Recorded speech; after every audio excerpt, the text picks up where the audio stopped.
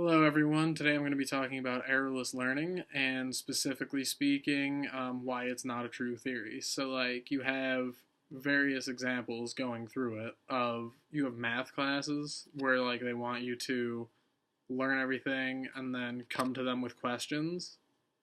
Because if you get it wrong, they want to teach you the correct way. And the most important thing about errorless learning that proves it wrong is that it has been scientifically like studied and proven that people who get the wrong answer and then get the correct feedback from that wrong answer learn more than people who get it right on their first try because they like don't know, like, you might learn a specific strategy or something, like pick up a new way to do it from someone who is helping you get it correct as opposed to just getting it right on the first time. Because if another question comes up and it like comes at you from a different angle sort of thing, like if you have one math question where it's like x plus y equals z, and you get that right, but then it's like y plus z equals x, and you get that wrong, even though it's like basically the same, even if the numbers had like different values, it's like if you went and got it wrong the first time and someone showed you how to do it so that it balances itself out, it would be more beneficial to you as a learner to have that sort of approach and have those new strategies in your back pocket as opposed to just getting it right the first time. So that's what I'm trying to say there with the errorless learning. Another example, like a personal example for me, is last semester in math. So first semester at U of A, I got a bad grade on my first midterm, and so I knew I had to work through stuff with like the TA and work in office hours and like improve my grades. So I did all that, and a lot of times I would be going to the TA with my homework finished, have a lot of incorrect answers, work through it again, get the right answers, be able to like learn it and perform it better, and then leave there with like actual tangible knowledge that like I didn't have before going in there.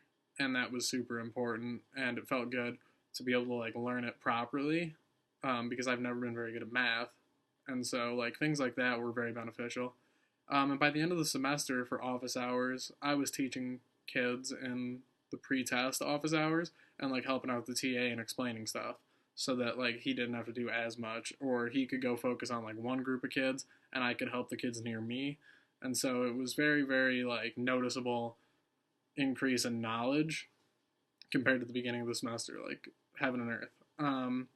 And then, I have the book here with me, and it just says, like another example is, if you want to like look at the true, like false theory of errorless learning, look no further than the kid playing on his Xbox down the hall who is working through each level and like failing, repeating it, learning new strategies and like tactics to beat it, and then finally beating it.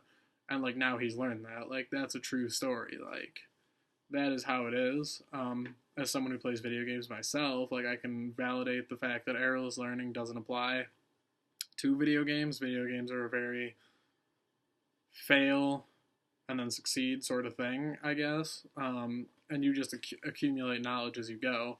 And I think that could be applied to academics as well. And I think the academic system is sort of a lot harsher because like you get to fail once and then it reflects your whole grade, and then you don't get to fail again. Otherwise, your grade for the semester is like ruined. And I feel like we could fix that a little bit, but it could apply to academics if you like fail a homework, say, come back with the new strategies, do well on the test, and then like you learn something, and that's how to prove the theory of errorless learning wrong, and that's what it is at the end of the day. So, thank you for listening. I hope you enjoyed the vlog, I guess, and I will see you guys in class.